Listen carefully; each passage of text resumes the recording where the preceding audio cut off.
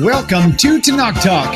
I'm your host, William Hall, broadcasting to you live out of Kingsland, Texas, USA, with episode number 32, where Rabbi cross-examines the New Testament. Tonight, part 2 of Matthew, chapter 27, with Rabbi Michael Skobac.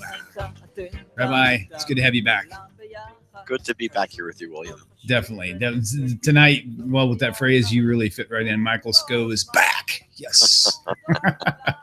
And, of course, we had our fun with the puns of Mike doing a mic check. Okay, that's enough for me tonight. Very good. All right. So last week we covered some ground, but it looked like we definitely needed to have more coverage on this chapter. So, yeah, these are really chunky chapters here. And, last week, basically was the beginning of the end.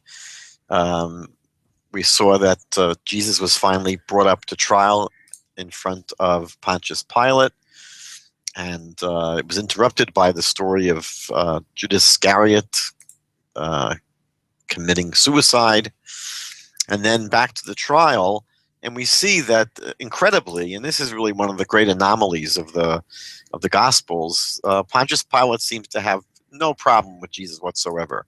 As far as he's concerned, Jesus is okay by him, and he's puzzled. Why are the Jews so upset with this Jesus? And the whole trial is clearly written in a way to show that the Pilate, is basically not interested in prosecuting him, and he's pretty much set to let him go free.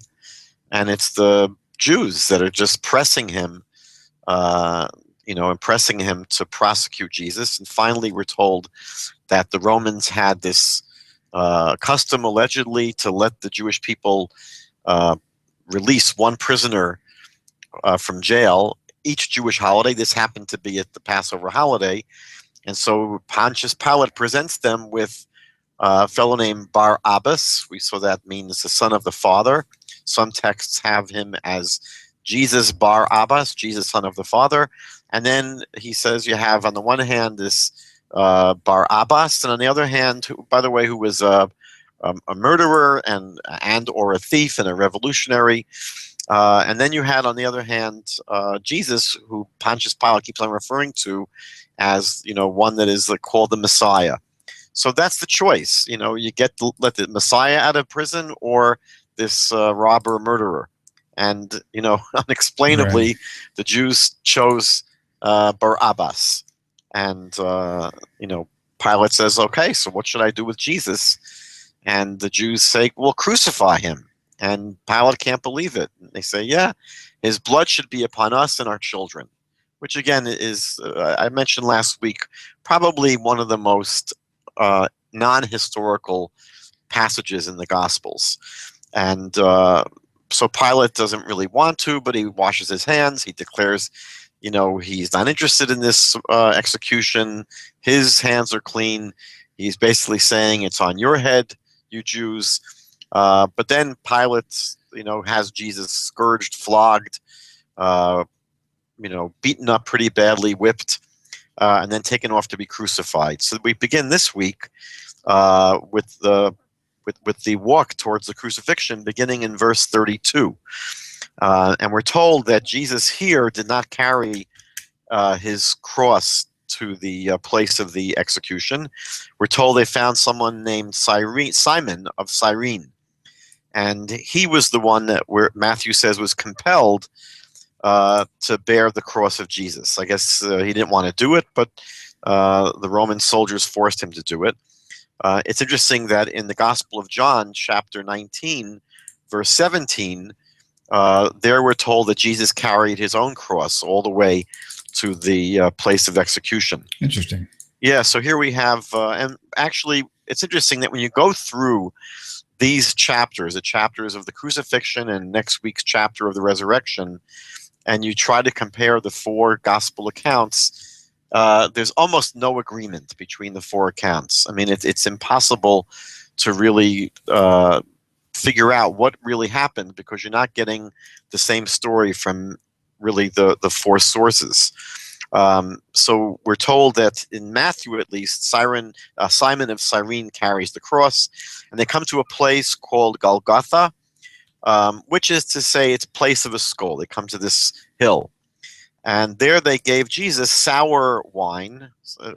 Sour wine actually is vinegar mixed with gall to drink. Gall is a bitter product of either animals or it could be vegetable, but it's a pretty miserable mixture. Sour wine, vinegar, and mixed with gall to drink.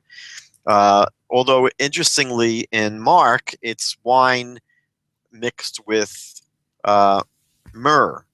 It's not with gall. And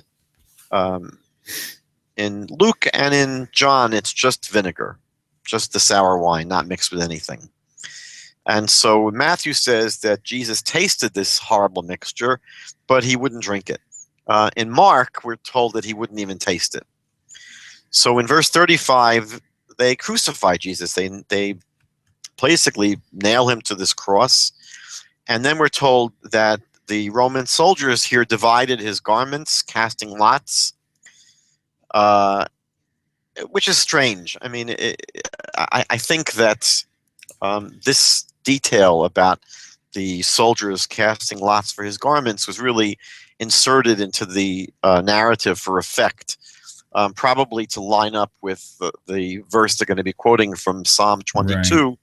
But the truth is, when you think about it, if he was just viciously flogged and scourged by the Roman soldiers prior to this, he didn't really have many clothes to divide. I mean, his clothes are probably ripped to shreds and all bloody. Right. So it's hard to understand, why the soldiers are going to be, so anxious to win them in a casting lots. That's a good point, because every time I've ever seen this whole scenario depicted, it's always been like where he's wearing nothing more than a loincloth. Oh yeah, I mean, he's basically they would whip him. I mean, this scourging. It was not with rubber bands. It wasn't with dental floss. I mean, this was with ropes that had either broken shells or broken pieces of glass or pieces of iron at the end. I mean, the Roman scourging was really nasty business. And I mean, I'm sure that Mel Gibson went a little bit, over the top in depicting it, but they really ripped you to pieces in this process. And so his clothing probably wasn't in shape. Between being torn to shreds and bloody, like a bloody mess, why they'd want to cast lots for his garments. Right. I mean, much less even handle them with their hands. Yeah. I mean, it's a strange detail. Yeah, doesn't make any sense. And Matthew insists that it came, again, we always remember in Matthew, more than any other gospel, you have what they refer to as the fulfillment texts. And Matthew is constantly trying to show that the life of Jesus was anticipated by the Hebrew scriptures, by what it's written in the Jewish Bible. We've seen literally, every single time he's quoted the scripture so far, it's been essentially ripped out of context and misapplied. And the same thing happens here. He quotes from the book of Psalms, chapter 22, verse 19. In a Christian Bible, it would be verse 18, where the psalmist says, "They divided my garments among them, and for my clothing they cast lots." Now, this passage in Psalms, it's not a prophecy.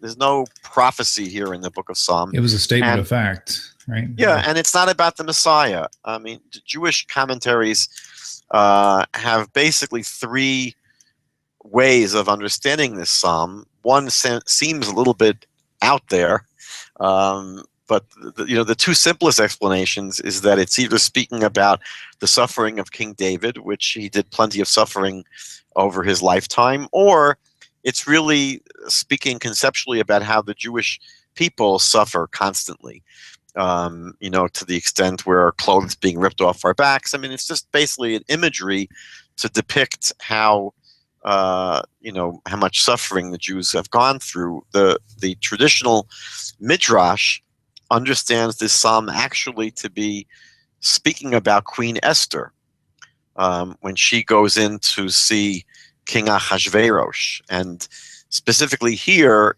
everyone was lined up saying, "Oh, she's dead. I mean, because you just can't go and see the king without being invited by the king, and she wasn't invited.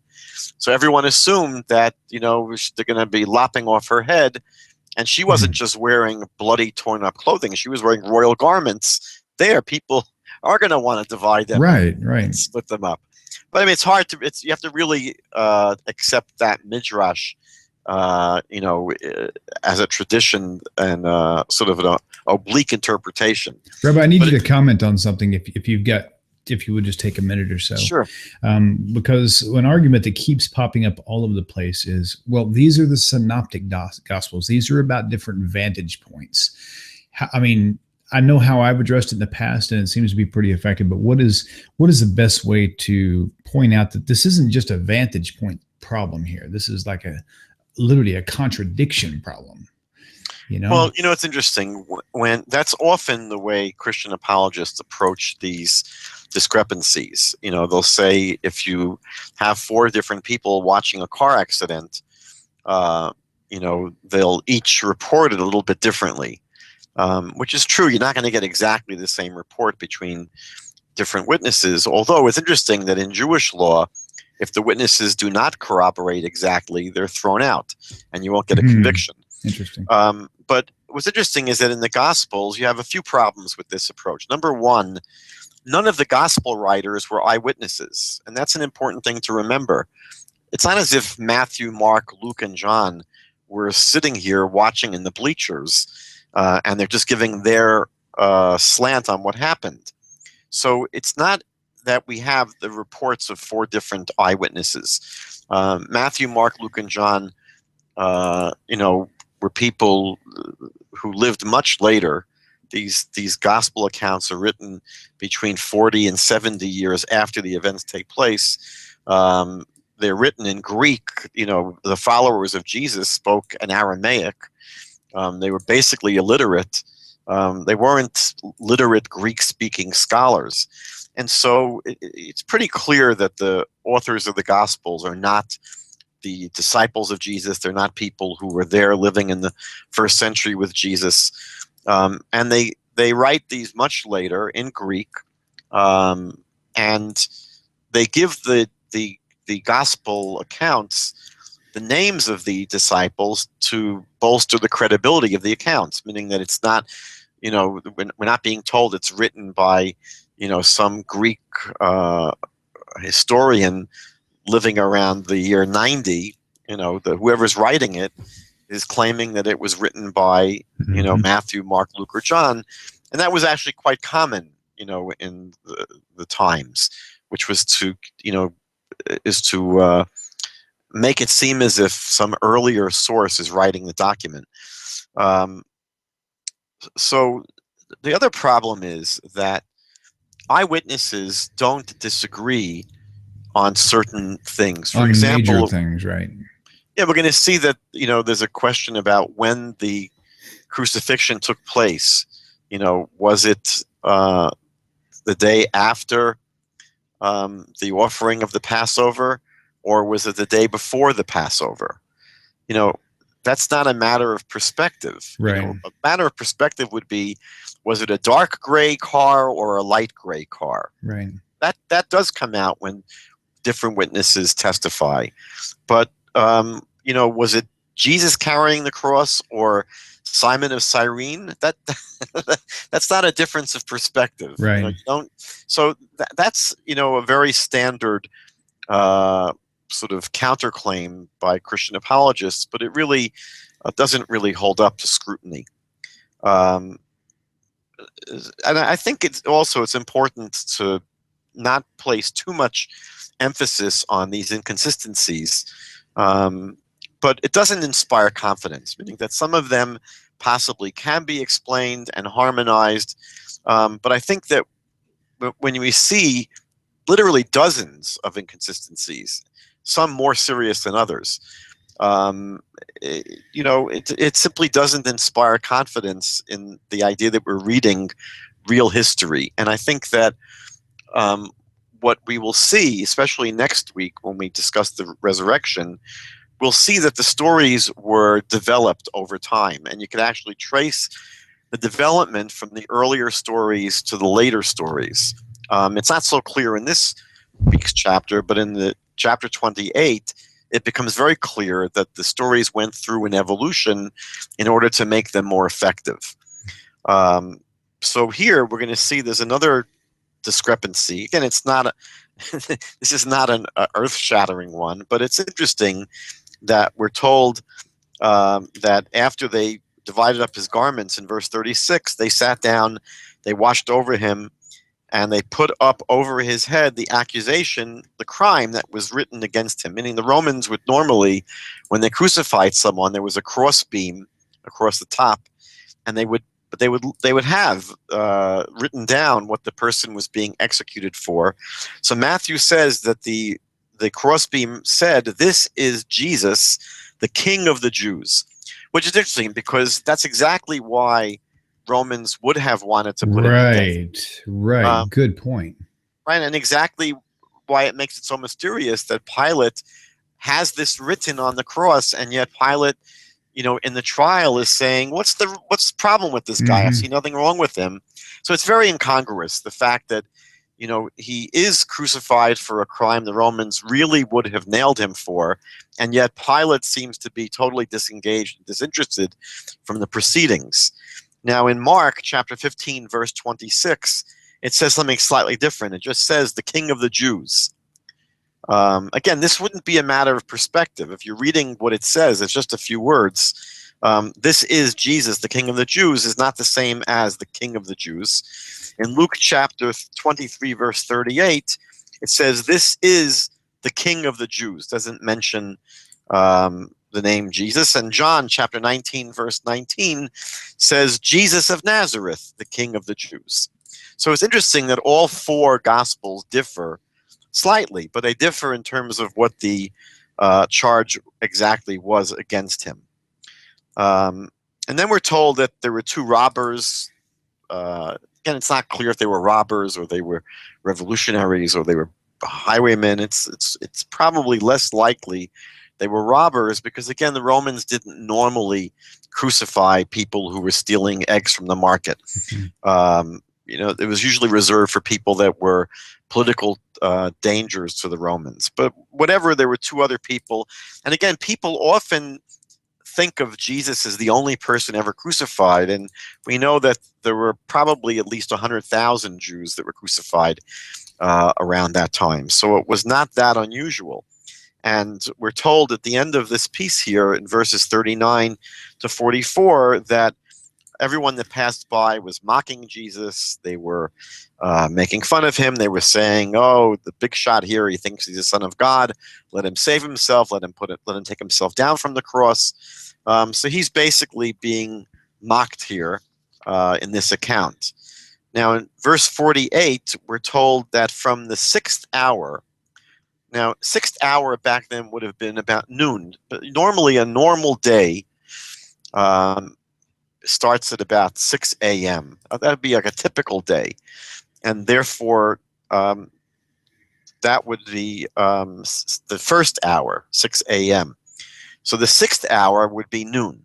And so we're told here that from the 6th hour, noon, until the 9th hour, which would be about 3 p.m., so for those 3 hours, there was a darkness over all of the land. Now, it seems like what it's saying is all of the land of Israel. It doesn't seem to be saying darkness all over Jerusalem, but even if it was just Jerusalem, there's no historical evidence that in the middle of the day, because that would be the brightest time of the day, it went totally dark. There's no other gospel says that. Josephus doesn't say it. Philo doesn't say it. The Talmud doesn't say it. No Roman sources say it. It's just simply, and we see many things that Matthew does like this. He just says these wild things, and there's just no corroboration. And then we're told that about the 9th hour, Jesus cried out with a loud voice, saying, "Eli, Eli, lama sabachthani," which is Aramaic for, my God, why have you forsaken me?" Now, I know that Christians have never understood this passage in the way I'm going to explain it, but it seems that from an unbiased perspective, for Jesus to cry out at this point, my God, why have you forsaken me?" is a recognition that the program has not worked out. Something has gone terribly wrong. Jesus was not expecting to die, even though we saw that many times Matthew has Jesus saying, or I would suggest these words were put into the mouth of Jesus to say that, look, I have to go to Jerusalem and suffer many things and be crucified and be raised up on the third day. They keep on having Jesus, prior to coming to Jerusalem, predict exactly what's going to happen. Right. But it doesn't really seem that he did, because first of all, we know that none of his disciples expected this to happen. They're all shocked at his crucifixion. They simply, it's almost impossible to imagine that he ever said this. And so it seems the most likely that Jesus was expecting to live and fulfill the messianic redemption, that he was expecting. It didn't look good because he was a prisoner of the Romans, but he probably expected some great miracle to happen and for God to, turn things around like God can easily do.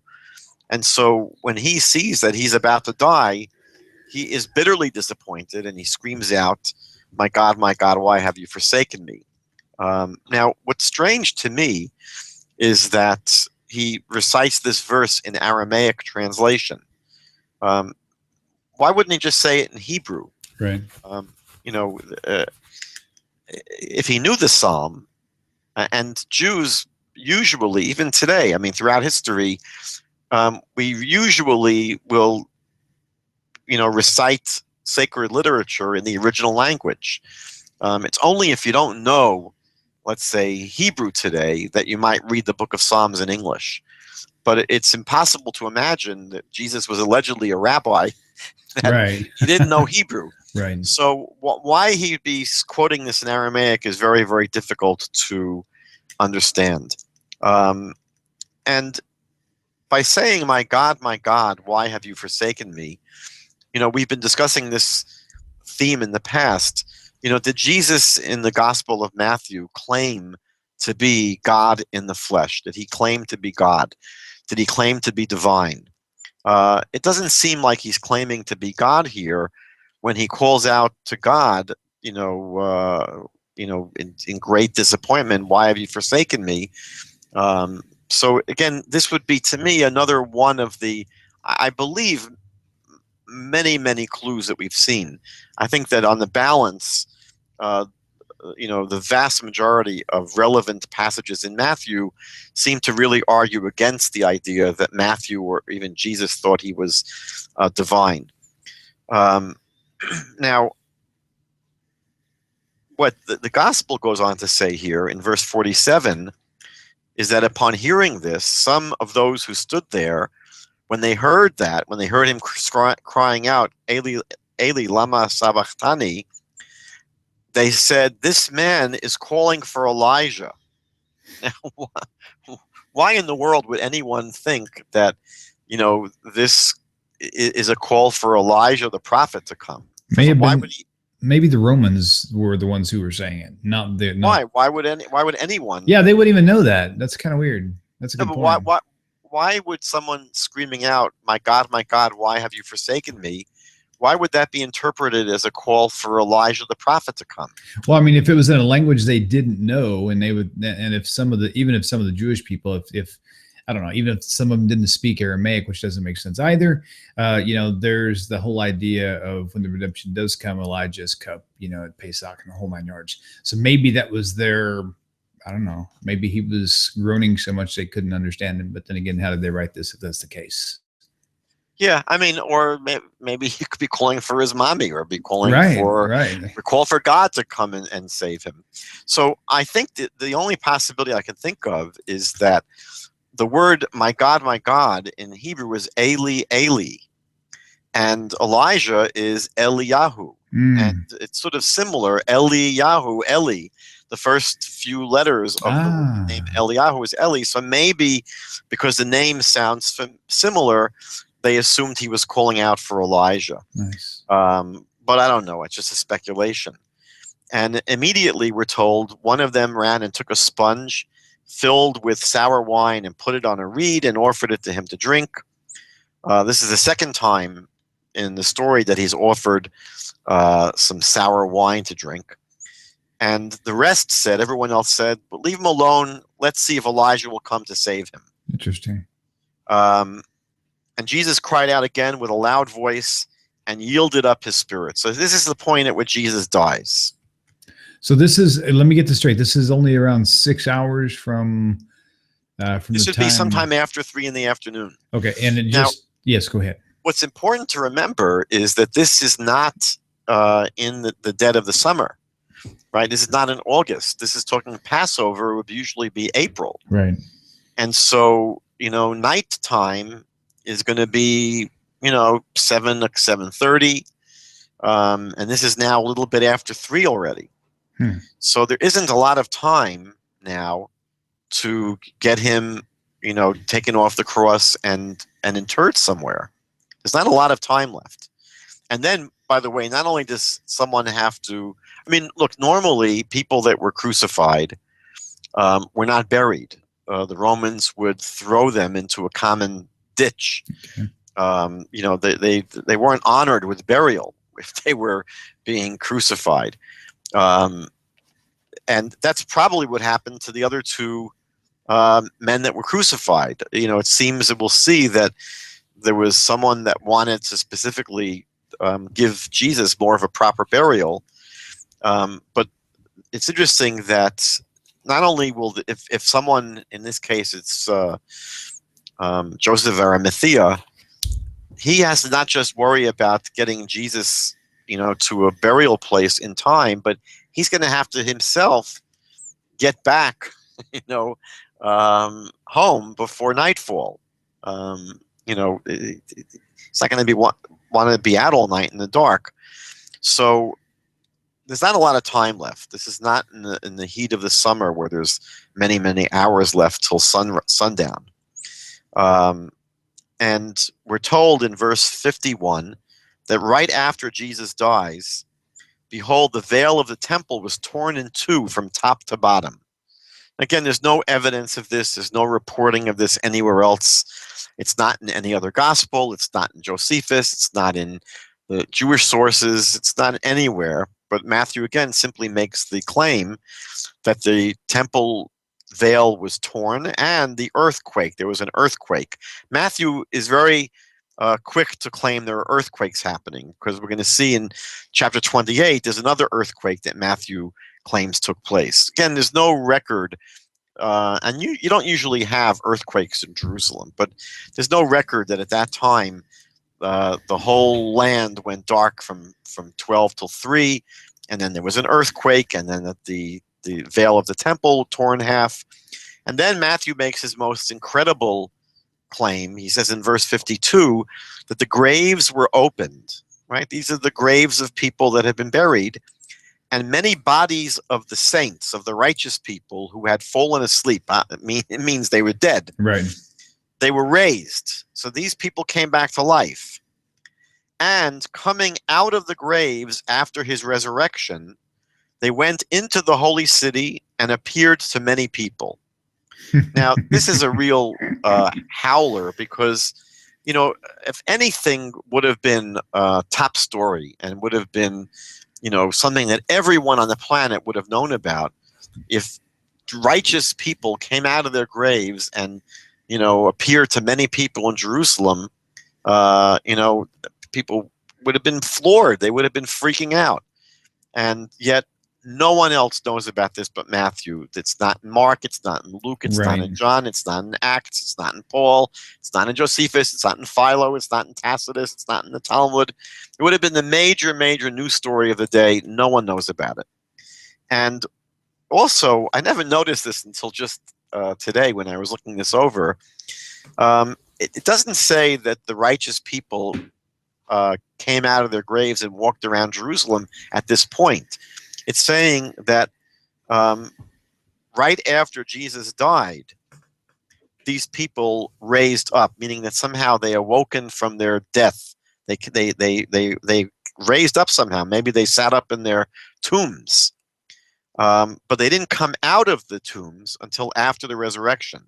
So what they were doing for these 2 or so days, between waking up from their death and coming into Jerusalem and appearing to many people, it's hard to know.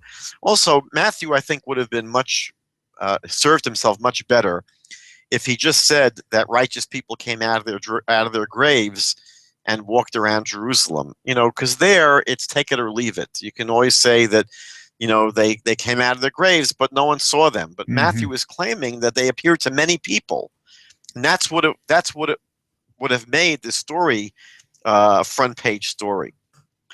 So in verse 54, when the centurion and those with him who were guarding Jesus saw the earthquake and the things that had happened, they feared greatly, saying, "Truly, this was the Son of God."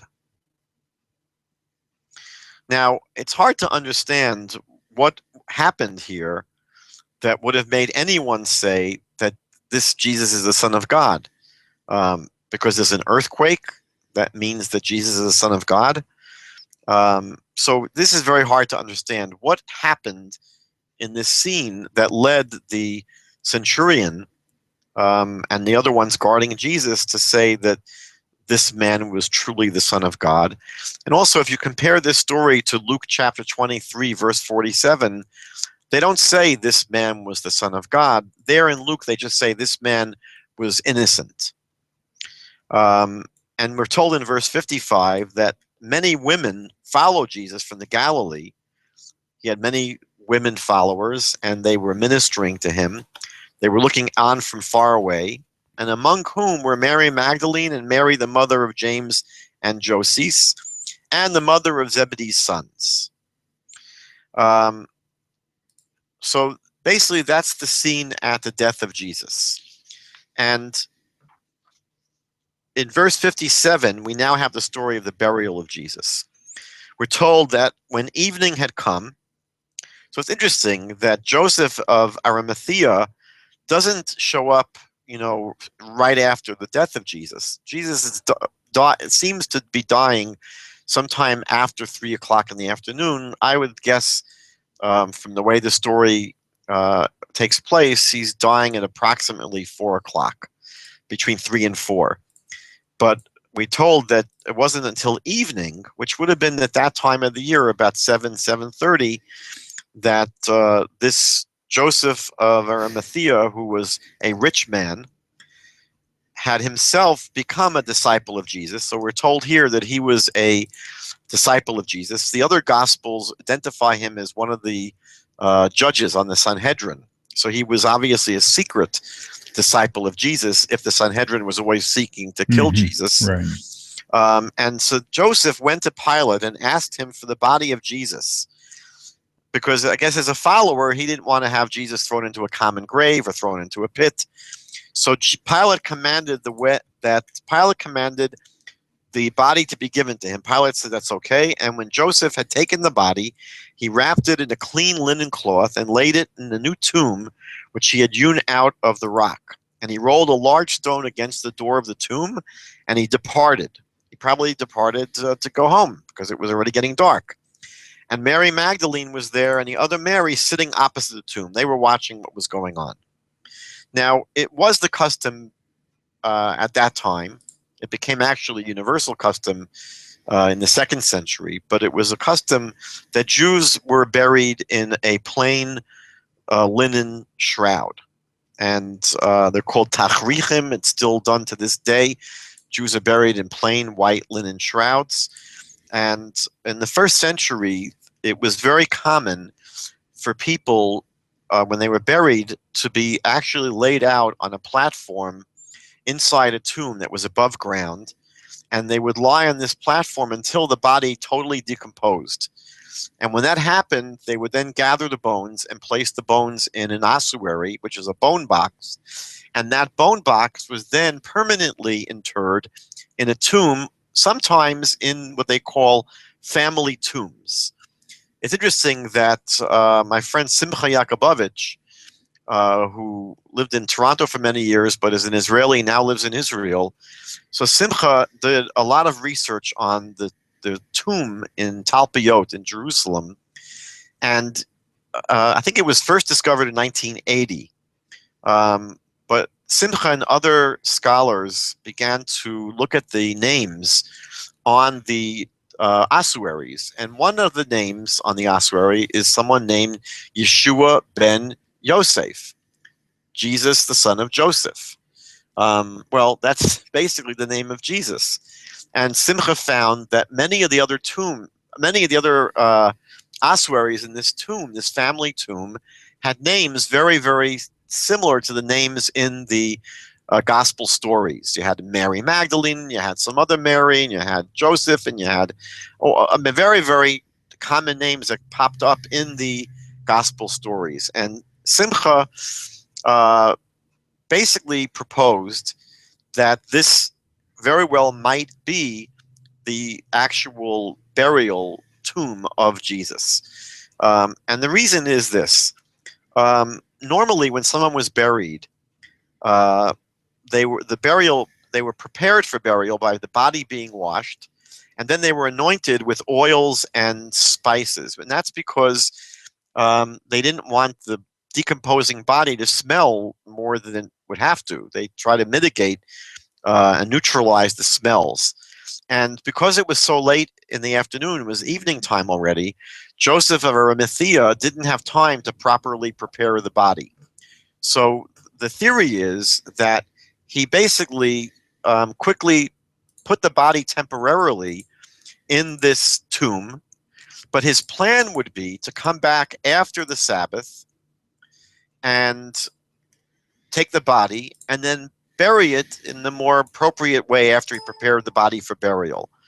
And what Simcha seems to suggest is that this tomb they found in East Jerusalem, in Talpiot, was the family tomb that Jesus was interred into. I should say that the vast majority of archaeologists and Bible scholars and other people doing research either totally reject this theory. Again, most of them are Christians that would be very reluctant to admit that Jesus' body lies in state in Jerusalem now.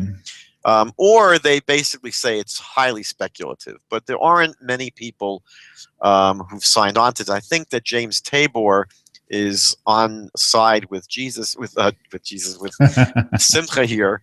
But again, a lot of research is still being done. Simcha did a film on this topic. He wrote a book on this topic. And if you read the archaeological journals, this is still being discussed. Beginning in verse 62, we have another story that only appears in Matthew, which is interesting. We're told in verse 62 that on the next day, which followed the day of preparation. Now, the day of preparation was Friday. Friday was preparing for the Shabbat. And that's when Jesus was crucified, on a Friday, buried Friday in the evening.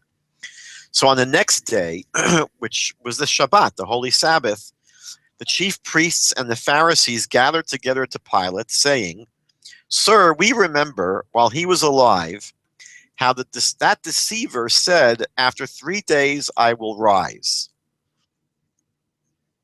I'm not sure where they heard this, because as far as I remember, Jesus only told this to his followers. But maybe the word got out, and they say, "Therefore," in verse 64, "command that the tomb be made secure until the 3rd day, lest his disciples come by night and steal him away, and say to the people, 'He has risen from the dead,' so that the last deception will be worse than the first." And Pilate said to them, "You have a guard. You go your way and make it secure as you know how." So they went and made the tomb secure, sealing the stone and setting the guard. I just wanted to point out 3 things concerning this little story here. First of all, I mentioned that only Matthew has this detail. No one else mentions guards being sent to the tomb on Saturday. The second problem is that Pilate has said, if I understand correctly, that he's not going to send guards to to secure the tomb. He says to the Pharisees and to the chief priests, you have your own people, so you secure the tomb. So I think the problem there might be, how could they do this on the Sabbath? Normally, for example, it's not permitted to move stones on the Sabbath. There's a Jewish law called the muktzah. Muktzah means that anything that really doesn't have a normal Sabbath use can't be moved on the Sabbath unless it was prepared and designated beforehand, before the Sabbath, that it was going to be used. But they had no way of knowing that this is going to be something they were going to do before the Sabbath. Otherwise, they would have approached Pilate before the Sabbath. So one problem, just a technical problem, is how you have these religious Jews engaged in moving this, even sealing. I'm not sure even how they sealed a rock, but whatever they were doing seems to be a violation of the laws of the Sabbath. The third problem, which is really the biggest problem, is, when you read the story, they say, in verse 64, therefore command that the tomb be made secure until the third day, lest his disciples come by night and steal him away. So what is the point of sealing the tomb on Saturday, either in the late morning or early afternoon, when someone could have already come Friday night late or early Saturday morning? And it seems to be useless at that point. So the possibility is that either this story never took place, there was no special sealing of the tomb with guards, and what is likely to have happened is that after the Sabbath, Joseph of Arimathea did what he planned to do, which was to come back after the Sabbath and properly prepare the body for burial. Or if there were guards, then either he or someone else easily could have removed the body late Friday night or very early Saturday morning before the guards showed up. This is part of the puzzle of the alleged empty tomb, which we'll be speaking about next week. But this chapter actually, there's not a lot of meaty, controversial stuff in this chapter. It's sort of straightforward. It just tells us the story of the crucifixion of Jesus and his death, and his at least quick burial. And next week, when we get to chapter 28, God willing, we'll have a lot to talk about in terms of this critical story, because within Christian theology, there is nothing as important as the resurrection of Jesus. Right. As Paul says in Corinthians, if Jesus did not come back from the dead and wasn't resurrected, your faith is in vain. So this is actually a massively important story, and hopefully we'll be able to analyze it and discuss it next week. Well, let me get one final thought from you. There is one thing that seems to be a little controversial or contradicting, and with Isaiah 53, it says, and he made his grave with the wicked and with the rich in his death. And it seems like just the exact opposite happened. In his death, he didn't die with the rich, he died with thieves. And where they placed him was actually in a rich man's tomb. Do you think there might be a misunderstanding there on my part? No, I've heard that that thought. It's many people have suggested that as a problem. It certainly might be a problem. I think there are ways of squirming out of it. but yes, indeed. Yeah. Yes, indeed. Gotcha. Yeah. Well, I can't wait till next week. It seems like I've been jumping the gun trying to get to it for about 3 weeks in a row. We had technical problems. Yeah, but that's okay. It's good. It's going to be a good one as usual. Well, my microphone was resurrected. It was, and you know what? You sound fantastic. So, well, ladies and gentlemen, we'll catch you next week, same time, same place, Sunday night, 9:30 p.m. for Rabbi Cross Examines the New Testament with the Big Bang of the New Testament. Hopefully we'll all survive it. So shalom, shalom, everyone. And until next time, Rabbi, Laila Tov. Shalom, everyone.